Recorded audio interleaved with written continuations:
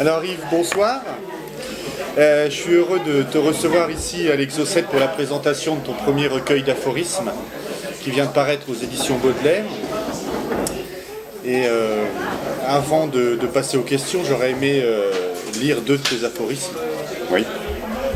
Alors voilà le premier. Pour pouvoir se regarder dans un miroir, qu'il soit fait de conscience ou d'intelligence, encore faut-il avoir un visage. Et il n'y a de visage que pétri par l'autre, façonné, aimé et protégé par l'autre. Je est un autre. Et si c'était par la poésie que nous advenait un visage, le second, ceux qui découvrent que les autres existent sont les seuls en ce bas monde à se donner quelques chances de mener un jour une vie heureuse. Voilà. Donc on va passer à la première question. Alors déjà au sujet du titre, pourquoi une psychologie poétique? Oui. Pourquoi une psychologie poétique? Vous savez que tout le monde reçoit l'expression de psychologie et a fortiori de psychologie scientifique. Mais la question que je me suis posée jeune, c'est est-ce qu'il pourrait exister un autre type de psychologie? Et dans le fond, que veut dire le terme psychologie? Le terme psychologie nous vient du grec. Il est composé de deux éléments du grec. Psyché, psycho, et psyché en grec veut dire âme. Et puis on a ajouté à psycho, on a ajouté logos, logie, le discours rationnel. Et dans les années 1574-1578, on n'arrive pas à fixer la date exacte. Dans ces années-là, va apparaître pour la première fois, en français, mais déjà en latin naturellement, en français le terme psychologie. Et on le voit apparaître pour la première fois justement dans ces années 1575-1576.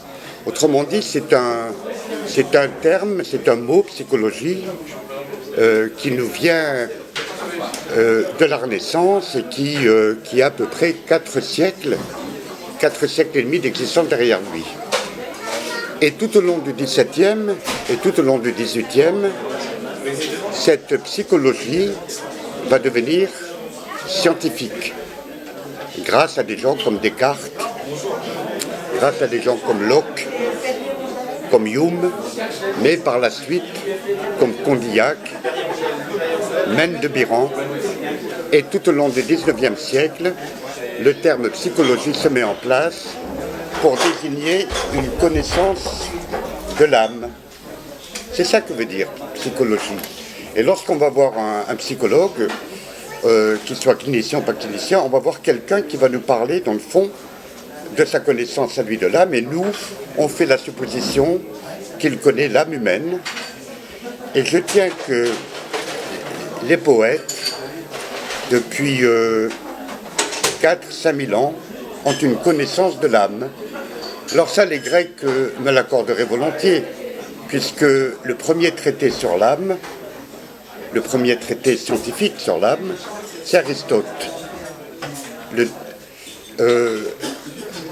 Le péripsyché d'Aristote nous met en route vers ce que nous, aujourd'hui, on va appeler l'âme.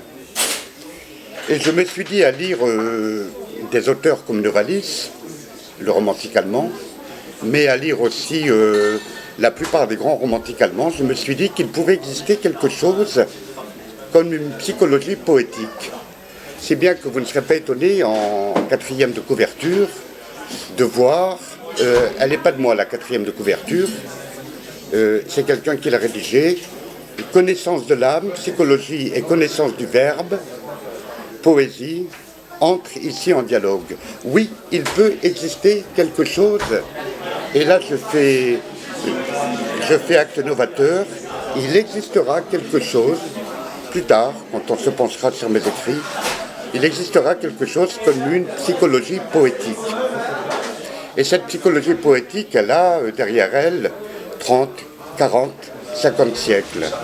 Mais on savait déjà depuis Socrate, soit à la charnière du 5e et 4e siècle, on savait que le poète avait une connaissance de l'âme. Et dans ce livre-là, j'ouvre la voie à ce qui existera un jour. Les psychologues scientifiques verront ça d'un bon œil, verront ça d'un mauvais œil, mais il existera un jour une psychologie poétique. Merci Yves. Alors une deuxième question reliée, elle, à la forme de cet ensemble de textes. Qu'est-ce que l'aphorisme? Alors qu'est-ce que l'aphorisme?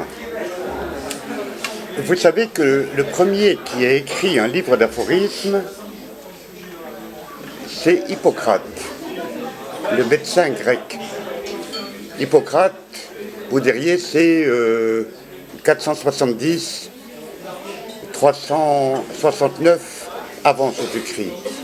Eh bien, ce médecin grec, vous savez que les médecins aujourd'hui, lorsqu'ils soutiennent leur doctorat, passent et font serment devant Hippocrate. Hippocrate qui est tenu pour le père de la médecine scientifique. Eh bien, le premier livre d'aphorisme qui nous reste, c'est Hippocrate. Son livre s'appelle Aphorisme.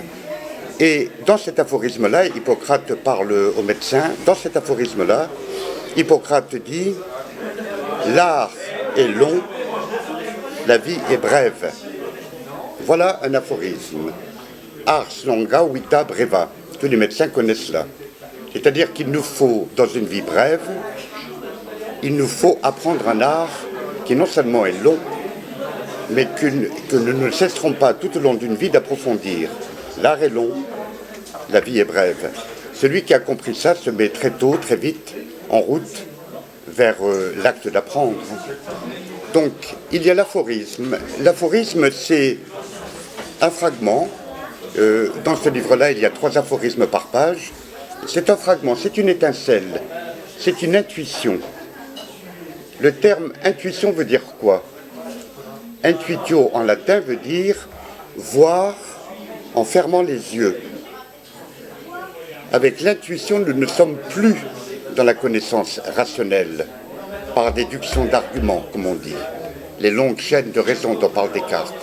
Avec l'intuition, nous fermons les yeux et nous regardons vers un autre monde qui n'est plus le monde extérieur, et l'intuition est une vision du juste, du vrai, intérieurement conquise. Et il y a nombre de philosophes qui ont défendu l'intuition. Il y a des philosophes qui n'accordent aucun crédit à l'intuition, et il y a des philosophes qui accordent le plus grand crédit à l'intuition. Au moins 2 noms très connus, le philosophe allemand Schelling, et puis Bergson, le célèbre Bergson, qui accorde une énorme importance à l'intuition. Avoir de l'intuition, ça veut dire quoi? C'est avoir une vision juste qui ne passe pas par le raisonnement du vrai. Et l'aphorisme fait acte d'intuition. Ensuite, celui qui va le lire va être d'accord, ne va pas être d'accord, parce que celui qui va lire un aphorisme, celle qui va lire un aphorisme, va se poser la question que se pose tout petit enfant, l'enfant à 2 ans, à 3 ans, à 4 ans, vrai, faux, oui, non, d'accord, pas d'accord. Notre accord à quelque chose qui existe prend son essor, vous diriez, à l'âge de 2-3 ans. Et je ne serais jamais étonné que quelqu'un me dise « Oh, je suis d'accord avec ce que tu as écrit » ou « Oh, je ne suis absolument pas d'accord avec ce que tu as écrit ». Et s'il n'est pas d'accord, commence en philosophie ce qu'on appelle un dialogue. Merci Yves. Peux-tu nous indiquer, puisque tu es docteur en philosophie, artiste peintre et poète, le rapport entre ces textes et tes différentes activités? Alors, les aphorismes me sont souvent venus quand je suis au travail en peinture, devant le chevalet. Je peins 8-10 heures par jour, mais vous imaginez que ces longues heures sont aussi des heures de méditation. Et tandis que je suis en train de peindre, je m'interroge sur le temps. Je m'interroge sur le sens d'un travail. Qu'est-ce que tu fais là? Est-ce que tu pourrais pas être ailleurs, en train de profiter de la vie? À quelles difficultés tu te heurtes? Comment les autres reçoivent ta peinture? Qu'est-ce que tu attends de l'art? Qu'est-ce que le beau? Et toutes ces questions-là me viennent tandis que je suis au travail et, pendant que je suis en train de peindre, il m'arrive très souvent de me lever, d'aller prendre un papier et de noter ce qui va faire la forme d'un aphorisme. Alors, il y a un aphorisme qui a enclenché une demi-heure, 3/4 d'heure de discussion qui est très très simple, en fait du moins qui paraît très très simple. Parce qu'un aphorisme, ça ne paraît très très simple. C'est « seule la brebis peut imaginer que le loup n'a jamais peur ». Cet aphorisme est simple, mais si vous l'interrogez un tout petit peu, il va mettre en route toute une perception du politique. Alors, l'on disait au XVIIe siècle, ce philosophe qui a été tellement maltraité, poursuivi, condamné, il a même risqué sa vie. On ne l'a pas fait monter sur le bûcher parce qu'en 1670, ça ne se faisait plus. Mais enfin, en 1600, Giordano Bruno, le philosophe, était monté sur le bûcher. Et en 1630, Vanini, le philosophe, était aussi monté sur le bûcher. Chose étonnante, nous ne voyons jamais monter de rois, de princes, de ducs, de comtes, et même de médecins sur un bûcher. Nous voyons monter par contre sur les bûchers, comme dit Rimbaud, je suis de la race de ceux qui montent sur les bûchers, comme par hasard nous voyons monter sur les bûchers des philosophes et des poètes. Ça devrait nous interpeller. Eh bien, si nous cogitons, seule la brebis peut imaginer que le loup n'a jamais peur, comme me dirait Spinoza, tu viens de leur servir un sacré plat. Et comme je pratique Spinoza depuis longtemps, je lui réponds oui, puisque je suis ton digne élève. En fait, on disait de Spinoza, qui est mort jeune à 42 ans, on avait lu le traité théologico-politique, la fameuse éthique de Spinoza. Vous savez, aujourd'hui, quand on parle d'éthique, ça nous vient d'où cette éthique que tout le monde articule? Ah, la morale, on n'en veut plus. Parce que la morale, ça a un côté religieux. Et on parle d'éthique. Mais tous les éthiciens savent d'où vient ce terme. Il vient de Spinoza. Spinoza a fait paraître son éthique post-mortem, parce qu'on lui avait interdit de publier quoi que ce soit. L'éthique de Spinoza, on disait à l'époque, Monsieur de Spinoza a dans ses tiroirs des ouvrages de la pire farine. Eh bien un jour, l'on dira, Monsieur de Ortega avait dans ses tiroirs des ouvrages de la pire farine. Parce que ce seul petit aphorisme, seule la brebis peut imaginer que le loup n'a jamais peur, est une question de fond adressée à n'importe quelle fonction politique. Très bien, merci. Tu indiques en 4e de couverture, l'aphorisme ne fait pas démonstration, il fait révélation. C'est un éclat de méditation. Tu peux développer succinctement? On distingue en philosophie, comme je vous l'ai dit, dans toutes les philosophies que vous rencontrerez, vous diriez de Platon, qui est le plus connu des philosophes de l'Antiquité, d'Aristote, jusqu'à... J'ose pas vous parler des philosophes qui occupent aujourd'hui le devant du pavé de la télévision. Pour moi, ce ne sont pas des philosophes. Donc, disons jusqu'à Heidegger. Eh bien, on tient soit que la philosophie démontre le vrai, puisque les philosophes ont soit l'ambition, soit la prétention. Alors on dit, si c'est la prétention, on les traite de prétentieux.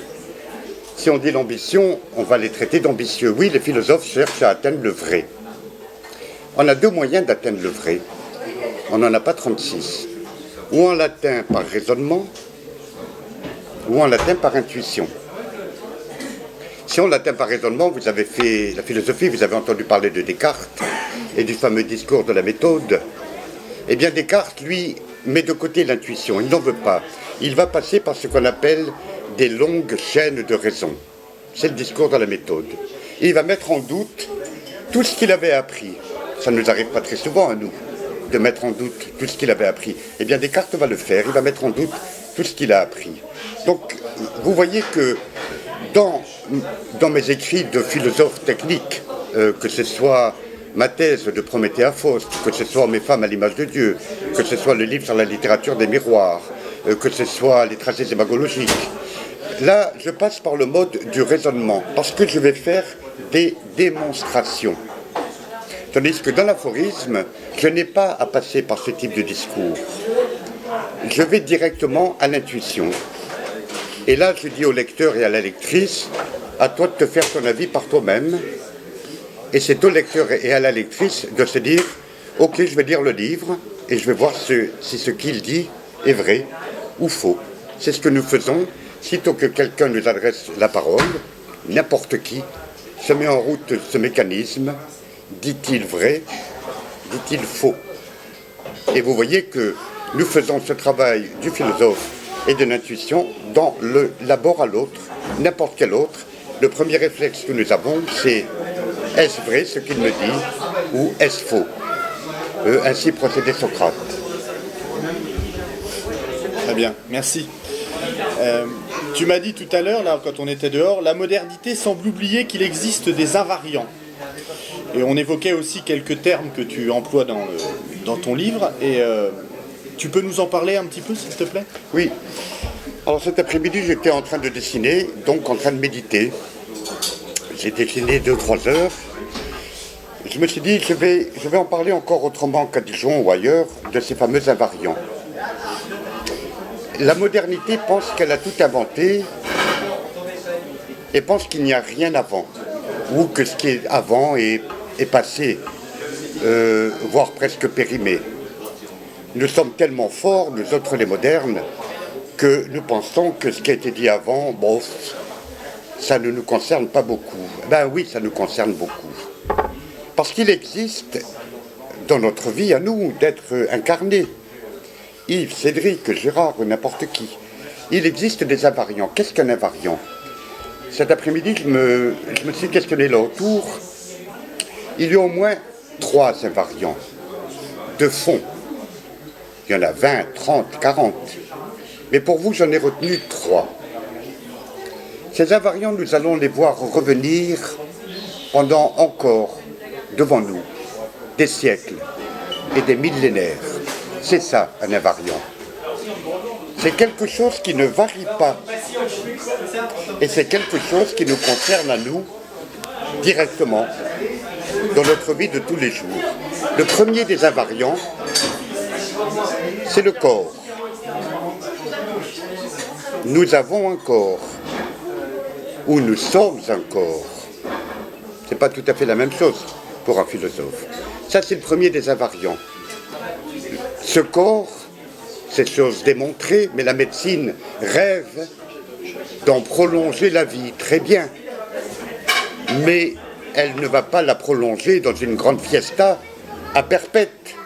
Il suffit d'aller dans une maison de retraite, dans un foyer de 3e âge, pour voir qu'au-delà de 80 ans, ça n'est quand même pas la grande fiesta à bord. Le premier de ces invariants, c'est le corps. Substrat de tout mode de la perception. Ce corps, les philosophes l'affirment, et n'importe quel être sensé dans la cité l'affirme, ce corps est mortel.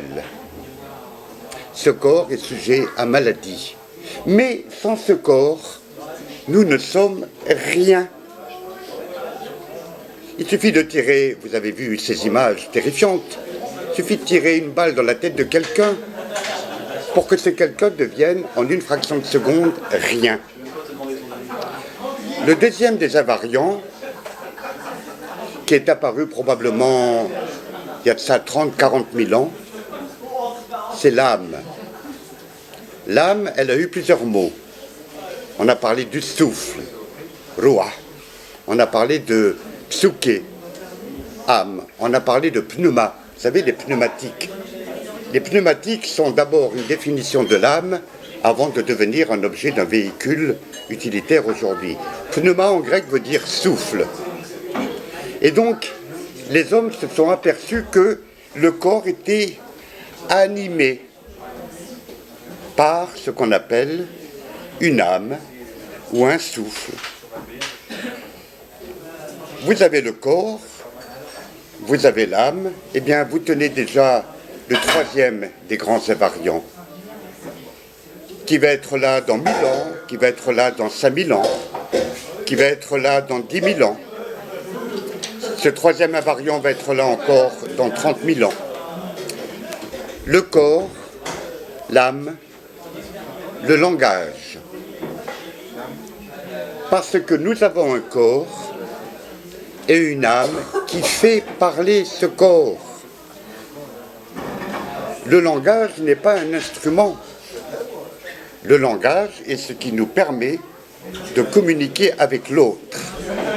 Et c'est dans le langage que nous inventons de l'autre.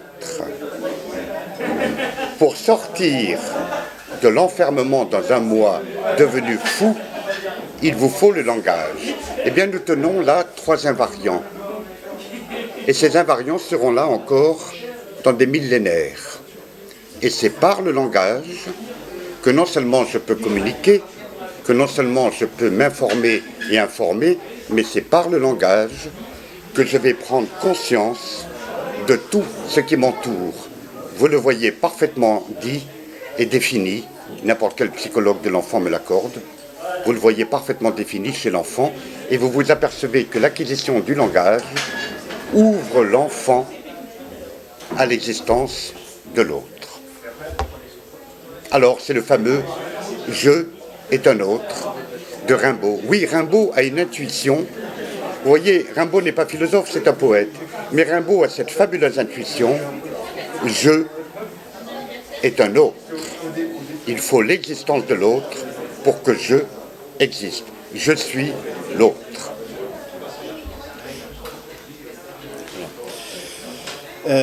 Une autre question, sur quelle période se sont échelonnés ces aphorismes et pourquoi as-tu ressenti la nécessité de recourir à ce mode d'expression?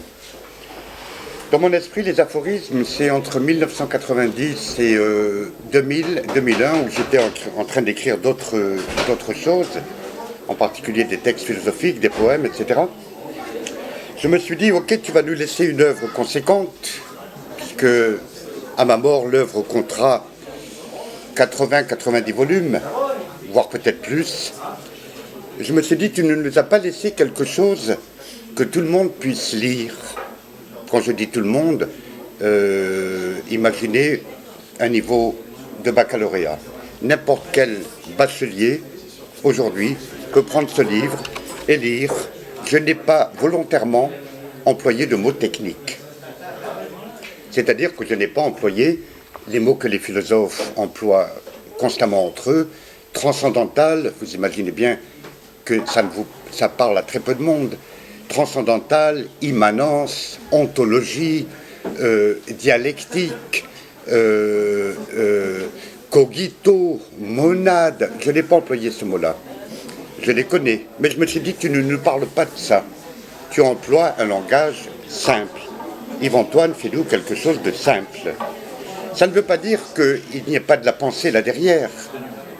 Parce que de la pensée, il y en a quand on a appris un art de réfléchir. Alors, je prenais au hasard, je vais en prendre un peu court. Je dis par exemple, ils ne veulent se défaire du moi encombrant que pour mieux se charger du nous anonyme. Vous voyez que n'importe quel mot de ce fragment de phrase, ils, on le sait, tout le monde le sait, ne veulent se défaire du moi encombrant, on le sait, que pour mieux, on le sait, se charger, on le sait, du nous, on le sait, anonyme, on le sait. Donc j'ai voulu employer des mots que tout le monde puisse comprendre. Ils ne veulent se défaire du moi encombrant que pour mieux se charger du nous anonyme. Ils oublient que le moi, au début, était anonyme Que feront-ils quand le nous leur deviendra à son tour bien encombrant? Tous les mots de ce texte sont connus, vous diriez, de n'importe quel bachelier au monde.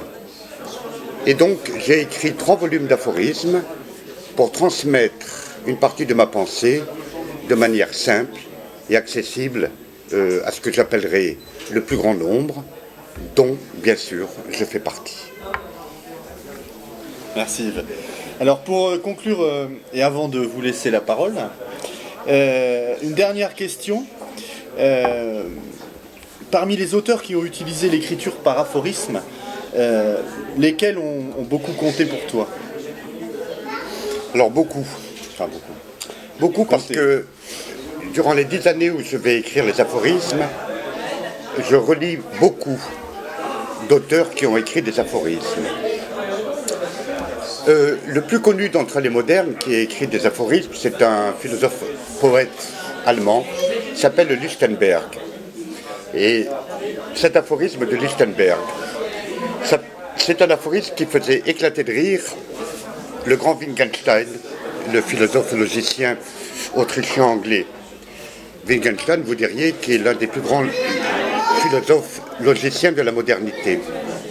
Alors là, lire Wittgenstein, oui, c'est très difficile.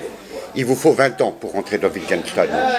Mais cet aphorisme de Lichtenberg me faisait éclater de rire. Pourquoi? Parce qu'il voyait l'extraordinaire justesse du propos. Je vais le reprendre pour vous. Il y a Lichtenberg, il y a René Char, mais Pessoa, mais Octavio Paz, mais Schelling, bien sûr, mais tous les grands du XVIIe, Pascal, mais tous les grands du XVIIIe, Montesquieu, Condorcet, tous ces gens-là ont écrit. Il y a des dizaines d'auteurs qui ont écrit des aphorismes. Et quand je dis des dizaines de grands auteurs qui ont écrit des aphorismes, eh bien cet aphorisme de Lichtenberg, qui est très difficile à entendre, mais qui est d'une véracité prodigieuse. Lichtenberg nous dit il y a des gens qui n'entendent pas. Ah, on dit d'accord, on croit avoir compris. Il y a des gens qui n'entendent pas jusqu'à ce qu'on finisse par leur couper les oreilles. Et c'est un aphorisme qui faisait éclater de rire Wittgenstein. Pourquoi? Reprenons tranquillement. Il y a des gens qui n'entendent pas, nous le disons tous. Il n'a pas entendu ce que je lui ai dit. Elle n'a pas entendu ce que je lui ai dit. Et quand l'autre ne vous entend pas une fois, 2 fois, 10 fois, 20 fois, ben, ça commence à vous gonfler, comme on dit. Il y a des gens qui n'entendent pas. Rajoute Lichtenberg, jusqu'à ce qu'on finisse par leur couper les oreilles. Effectivement, il arrive un moment où c'est trop tard, nous dit Lichtenberg. Ça n'est même plus la peine de leur parler parce qu'ils n'ont plus d'oreilles. Il y a des gens qui n'entendent pas jusqu'à ce qu'on finisse par leur couper les oreilles. Et c'est ça, la force de l'aphorisme.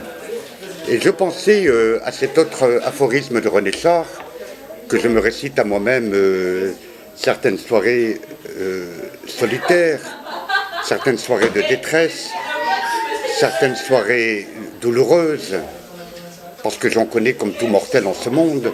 Il y a cet autre poème de René Char, qui est un aphorisme. À chaque effondrement de preuve, nous dit René Char, le poète répond par une salve d'avenir. Merci à vous.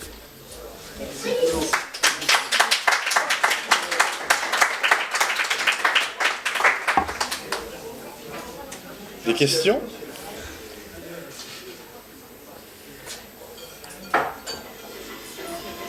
Est-ce que vous pensez que... Pardon. Est-ce que vous pensez que le savoir peut rendre libre, qu'on est arrivé à un stade où le savoir n'intéresse plus grand monde, et c'est assez emblématique ce soir, c'est-à-dire qu'il faut leur couper les oreilles. Oui.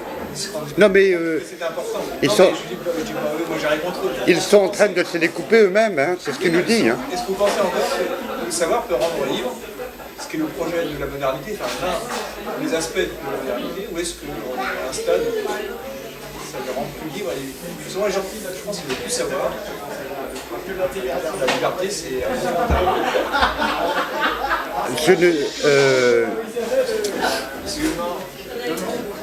Je ne désespère jamais.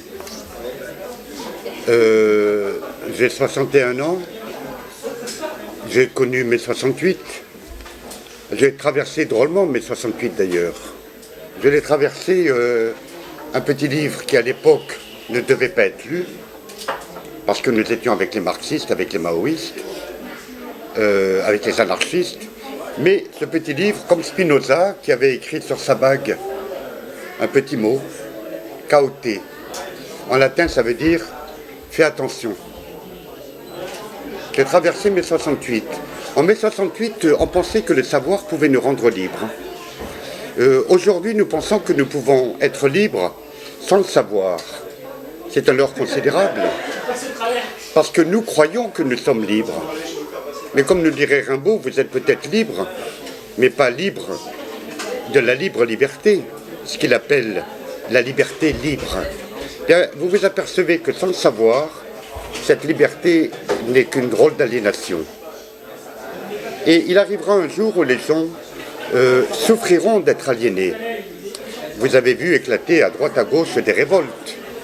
Les étudiants en Grèce, d'autres gens en Grèce. Qu'est-ce qui se produit quand il y a une révolte? Il y a une révolte quand on a laissé croire aux gens qu'ils étaient libres, mais qu'ils s'aperçoivent qu'en fait ils ne sont pas du tout libres. Et si la philosophie court depuis 27 siècles, parce que les philosophes savent que sans le savoir, ou sans l'intelligence, la liberté est un vain mot. Je posais ces questions là, parce que je pense qu'on fait tous un constat un peu désenchanté. Oui. Dans les gens qui ont beaucoup les aphorismes, vous avez oublié Suran. Suran, oui. Le syllogisme. C'est ça. Vous avez oublié Suran qui est... Non, je ne l'ai pas oublié. Qui est très, enfin, je l'ai pas cité, il est oui. Très désenchanté. Il est très désenchanté parce que Suran est un... Je vais faire bref, hein. Je l'ai lu. Hein. Je ne sais pas si on connaît Suran. Non, mais c'est très très bien. Je vais faire bref, je l'ai lu. Mais Suran est un slave. Non, c'est un roumain, pas slave. Oui, c'est un roumain. Et Suran est parti de cette idée que notre vie est placée sous le signe du désespoir. C'est une vision tragique de l'homme que je trouve très belle. Hein. Mais si vous le suivez jusqu'au bout, le désespoir vous entraîne à la mort. Excepté que, en tant qu'homme du Sud, et en tant que philosophe marqué par les Grecs, je tiens que ce que nous dit Suran est vrai, mais non généralisable. Mais il y en a beaucoup d'autres qui ont écrit des aphorismes. Ça n'est pas généralisable, bien que lorsqu'on le lit, on se dit « là tu as raison, là tu as raison, là tu as raison ». Mais je ne partage pas sa vision désespérée de l'homme. C'est en cela que je n'adhère pas non plus tellement que ça à la théorie de l'absurde chez Camus. J'ai pourtant lu Camus. Mais je ne suis pas camusien, parce qu'il y a toujours, dans la nuit, cette flamme qui fait que demain nous pouvons nous lever et croire à la force de l'acte libre.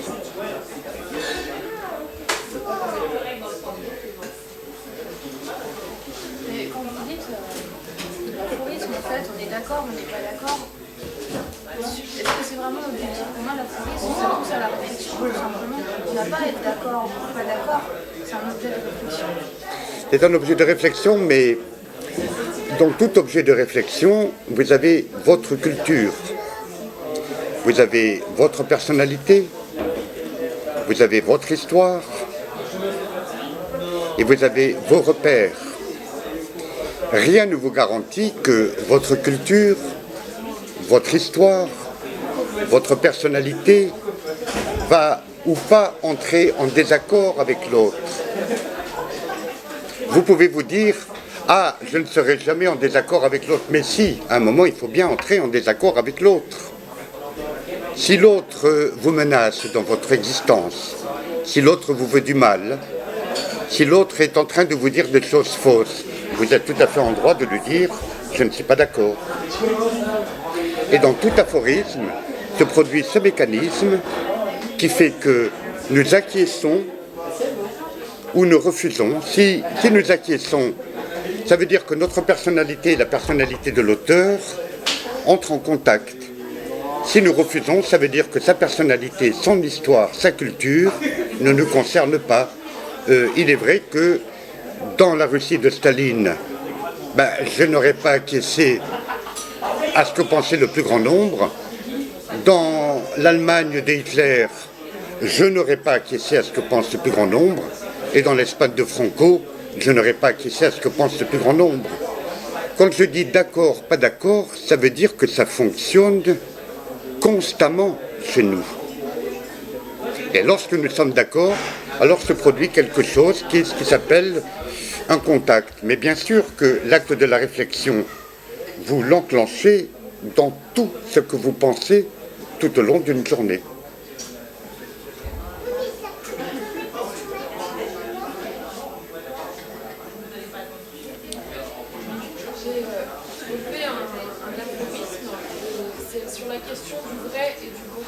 Oui. Ce n'est pas beau parce que c'est vrai, mais c'est vrai parce que c'est beau. Si tu en doutes, sors en nature et laisse tes yeux te convaincre par le dessin. Est-ce que tu peux... Oui, là c'est le peintre qui s'exprime. Je vous disais tout à l'heure, il y a 3 invariants. Mais il y en a d'autres des invariants. Il y a la liberté, il y a l'immortalité de l'âme, etc. Mais j'en suis resté à 3. Eh bien, il y a une chose beaucoup plus étonnante que ça en philosophie. Il y a ce qu'on appelle 3 transcendantaux, pas 4. 3. Et nous les voyons revenir constamment. Tout au long de l'histoire humaine, vous savez, aujourd'hui est aujourd'hui, mais dans 30 ans, le monde aura un autre visage. Dans 40 ans, je ne serai plus là pour le voir, mais je l'anticipe. Il y a 3 transcendantaux, ce qu'on appelle des transcendantaux. Un transcendantal, c'est quelque chose qui est au-dessus de notre esprit et que notre esprit veut rejoindre. Quand notre esprit se met en route pour comprendre un petit peu ce qu'il fait dans la vie, quoi. Qu'est-ce que je fais là, quoi? Qu'est-ce que je vis? Parce que se demander qu'est-ce que je vis, c'est le premier acte libre. Pourquoi? Parce que je suis libre et seulement libre quand je peux dire ça je veux le vivre, ça je ne veux pas le vivre. C'est là que commence l'acte libre. Il y a des choses que je ne veux pas vivre en ce monde, alors j'entre en désaccord ou en révolte. Il y a 3 transcendantaux. Le vrai, là tout le monde me dit, ben oui, 2 plus 2 égale 4, ben oui. La somme des angles d'un triangle est égale à 180 degrés, ben oui. Le théorème de Thalès, de Pythagore, vous voyez que les Grecs déjà étaient en train de faire des théorèmes.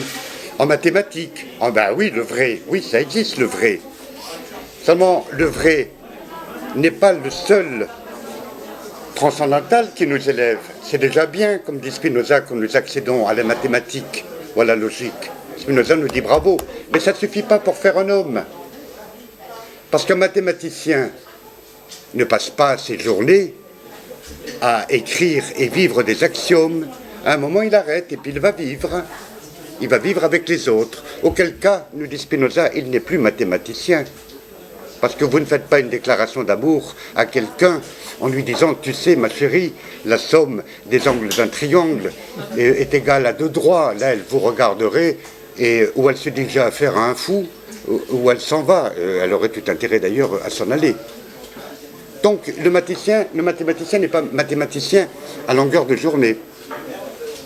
Il va avoir affaire à un deuxième transcendantal.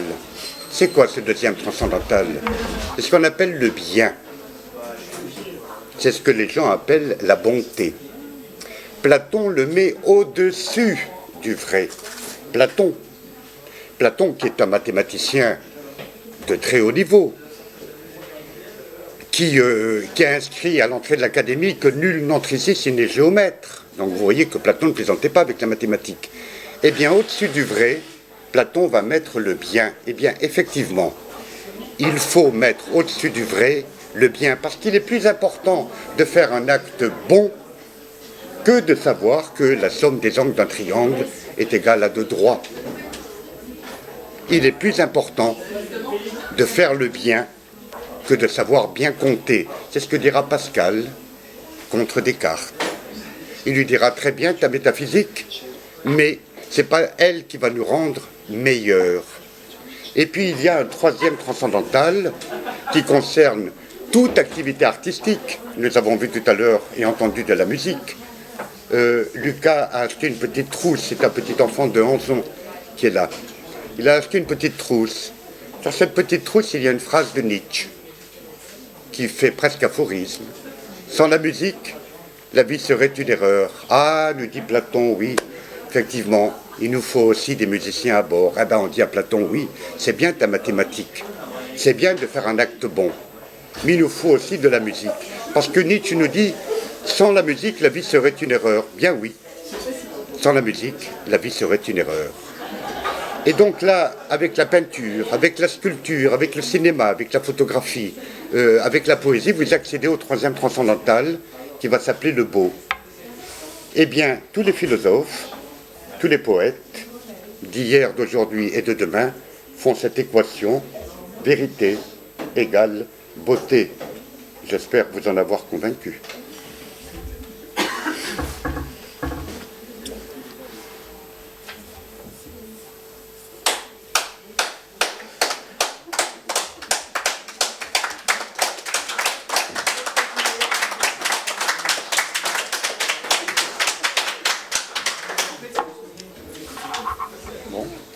On arrête pour qu'il puisse reprendre.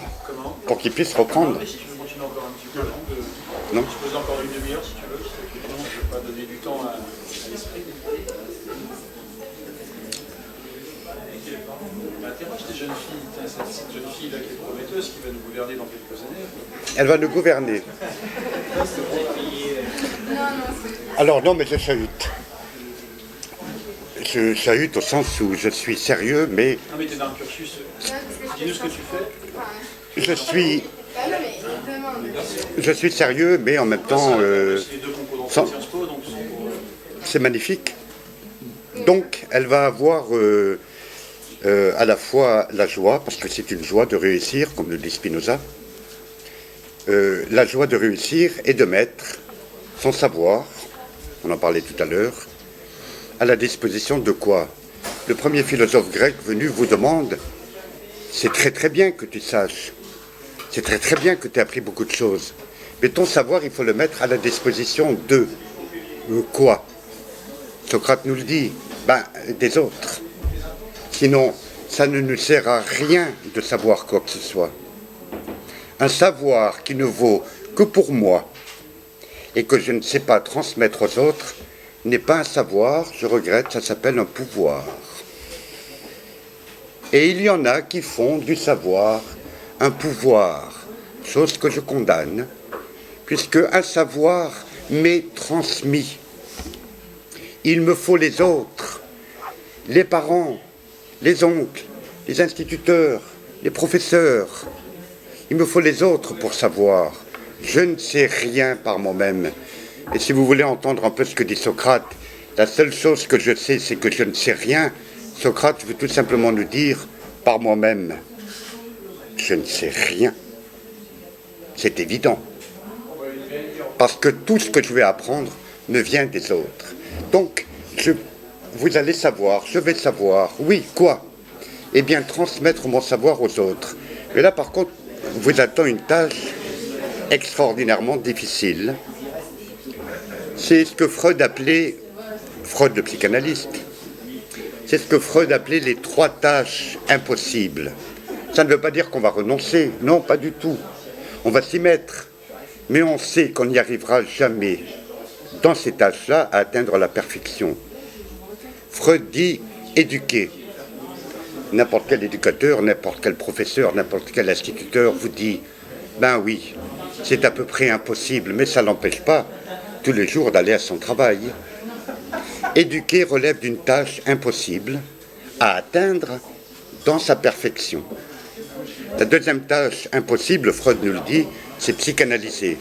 Il veut nous dire quoi? On ne mène jamais une psychanalyse à la perfection. On ne psychanalyse jamais quelqu'un à la perfection. On n'est jamais soi-même le psychanalyste parfait. N'importe quel psychanalyste vous dit ben oui. Et la troisième tâche impossible, mais qui participe de l'idéal du vivre dans la cité, ça s'appelle gouverner. Oui, gouverner est l'une des trois tâches impossibles. Nous avons là les trois métiers les plus difficiles qui se puissent concevoir, mais selon moi, parmi les trois plus beaux métiers au monde,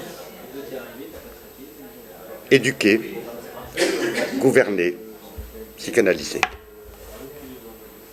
Et c'est pour ça que je vous souhaite non seulement bonne route, mais que je vous adresse tous mes voeux d'heureuse destination. C'est au soir de votre vie, au-delà de 65 ans, de 70 ans, que vous vous direz « j'ai bien fait de faire ça et je l'ai fait du mieux possible ».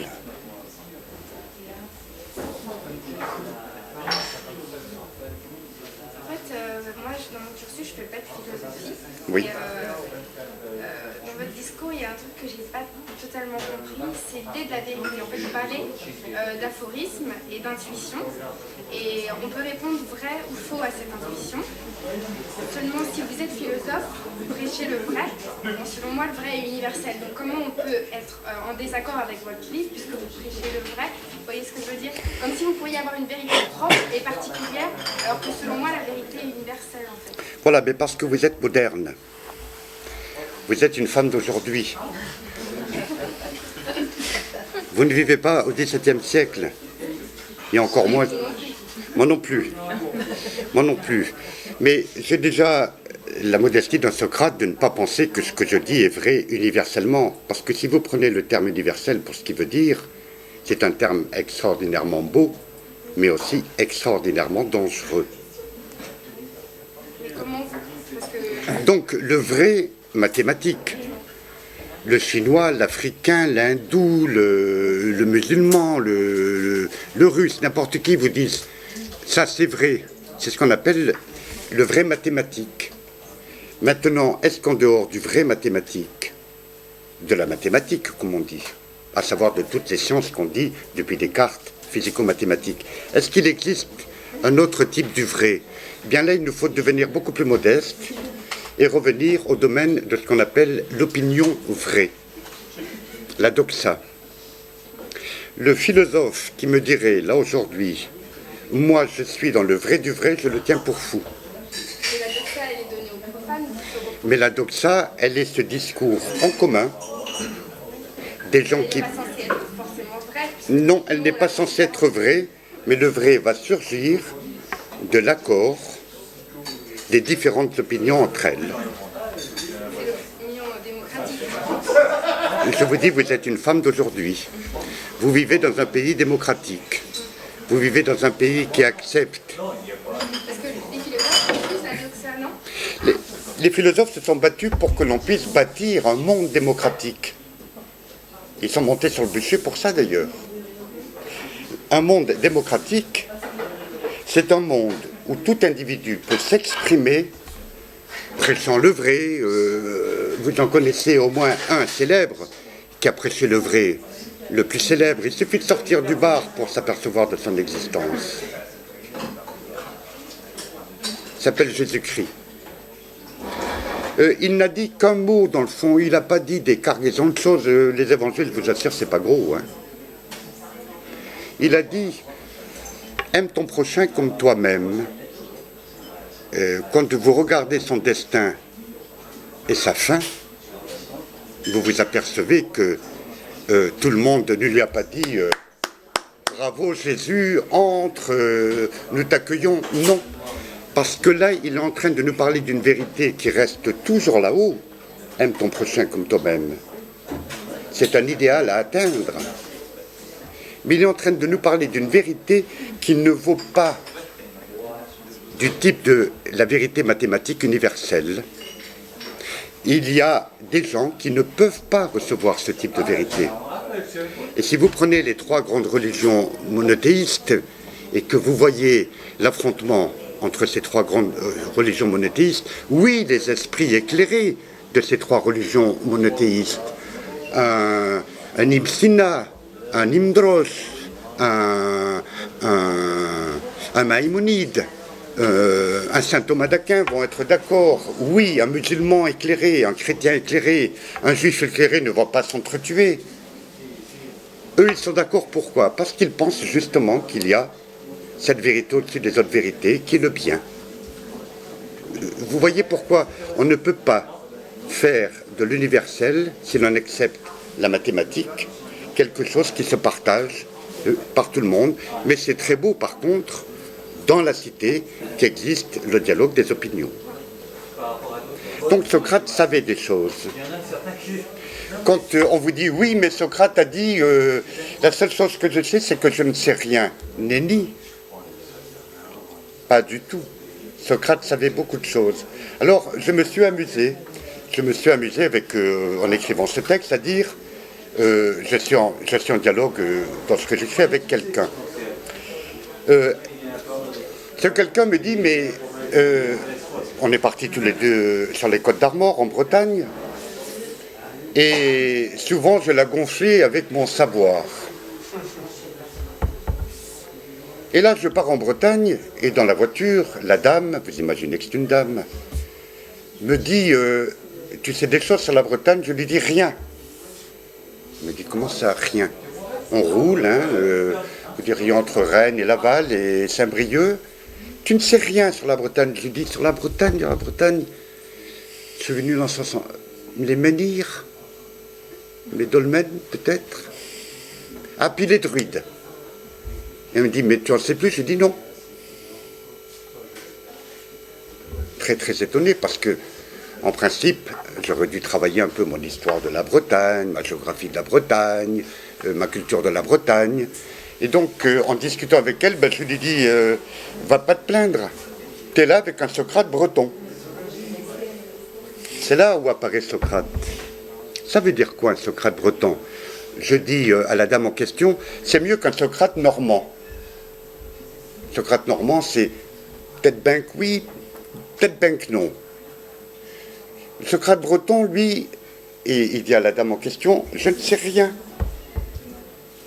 C'est ce que va faire Socrate constamment. Il existe un Socrate ardennais, champenois, provençal. Que nous dit Socrate? Si j'avais commencé à parler avec Socrate, admettons que la dame en question soit Socrate, si j'avais commencé à parler avec la dame en question de la Bretagne, elle m'aurait dit, t'es sûr de ce que tu dis là sur les menhirs, sur les dolmens, sur les druides? Oh, en rentrant, j'étais sur Google. Parce que l'hystérie et l'hystérique interpellent le philosophe, heureusement pour lui d'ailleurs. J'ai regardé Carnac, j'avais été à Carnac, naturellement, en 69, avec des copains. Enfin, j'étais là-bas pour faire de la musique en 69. J'étais pas là-bas pour faire de la philosophie et de la poésie. Je regarde, menhir, dolmen, première page Google, deuxième page Google, troisième page. Quand je suis parti comme ça, je suis parti pour faire toutes les pages. Hein. Je lis les textes, je m'aperçois que sur les druides, ce qu'on sait n'est pas très sûr. Ça remonterait à César, 2, 3, 4 phrases, et puis le reste, c'est la tradition orale. Ça va se perdre au 3e millénaire, fin du 4e, 3e, 2e millénaire. Les Celtes, qui sont là en Bretagne, et puis il resterait au Moyen-Âge des lambeaux de tradition druidique. Là, Socrate me dit, tu vois que tu as bien fait de ne pas parler de la Bretagne tout de suite. Il est mieux valu, d'ailleurs, ce que tu as fait de répondre, je ne sais rien. Vas-y, écoute, parle-moi de la Bretagne. C'est ce que Socrate va faire avec n'importe qui quand il va entrer en dialogue. Tu me parles du bien, tu me parles de la vertu, tu me parles de la justice, tu me parles de l'égalité, tu me parles du beau, tu me parles du malheur, tu me parles... Qu'est-ce que t'en sais? Et la force de Socrate, c'est de dire à l'autre, t'en savais pas beaucoup, hein? Et l'autre répond à Socrate, mais toi t'en savais plus au départ? Socrate lui dit, ben non, mon gars, pas plus que toi. C'est ça le je ne sais rien. Vous le sentez, ce qu'il veut dire? Vous le sentez? C'est un procédé dialectique, la fameuse maïeutique de Socrate. c'est un procédé. Ça va toucher l'esprit. Exactement. Sinon, vous n'accouchez pas l'esprit de l'autre. Il est en train de vous balancer son savoir, il va vous en mettre des quantités sur la figure, mais rien ne dit que son savoir soit vrai. C'est ça la maïeutique. C'est le maître de la maïeutique. Ça devait être un sacré casse-pied, hein. On l'appelait le temps, hein, dans la cité. Vous savez, celui qui vous fait... Hein? C'est pas pour rien. D'ailleurs, il a tellement fait chier tout le monde, Socrate, qu'on lui a balancé un procès pour impiété. On l'a mis en prison. On l'a accusé de détourner la jeunesse d'Athènes du culte des dieux. Il fallait le faire tomber. Donc on lui a trouvé un grief. On lui a dit, tu es en train de détourner, Socrate, la jeunesse d'Athènes du culte des dieux. On l'a mis en prison. Là, tout le monde s'est alerté, les amis, les grands, imagine aujourd'hui qu'on me mette en prison, il y a des gens là-bas à la mairie, à la préfecture, attends, il faut faire quelque chose, oh, moi je me mouille pas, si, bon. Et puis finalement, on vient, on lui dit, tiens, mis en prison et condamné à boire la ciguë, le poison. À l'époque, on mourait comme ça. Bon, il avait 75 ans, hein, je pense que c'est pour ça qu'il était en prison. Hein. Et là, on lui dit, ben écoute, sors, on a réussi. Tu n'es plus condamné. Tiens, regarde, les portes de la prison s'ouvrent. Et là, il leur dit, non, non. Comment ça? Non, non, je ne sors pas. Mais t'es libre. Non, pas du tout, je ne sors pas. Mais pourquoi? Bien parce que les lois iniques qu'ils m'ont appliquées, ils vont me les appliquer jusqu'au bout. Faisant démonstration de par sa vie de ce que peut être le caractère inique d'une loi. C'est une très très grande leçon qu'il nous donne là. Vous le sentez?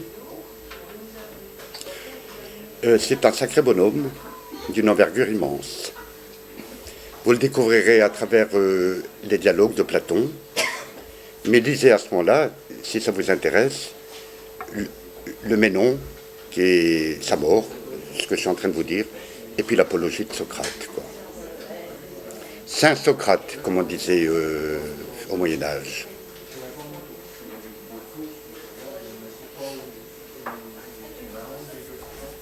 Vous voulez qu'on arrête?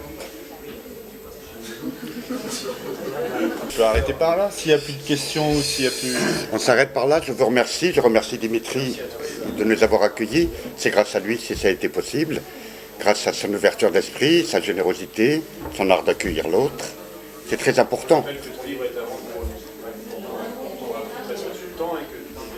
Oui, je peux le dédicacer. Donc je le remercie parce que ça veut dire que il aime les philosophes, il aime les poètes. Et donc je lui rends hommage. Et je vous remercie à vous d'avoir été là et vous remercier de partager ce beau moment qu'on a partagé entre nous. Merci à vous.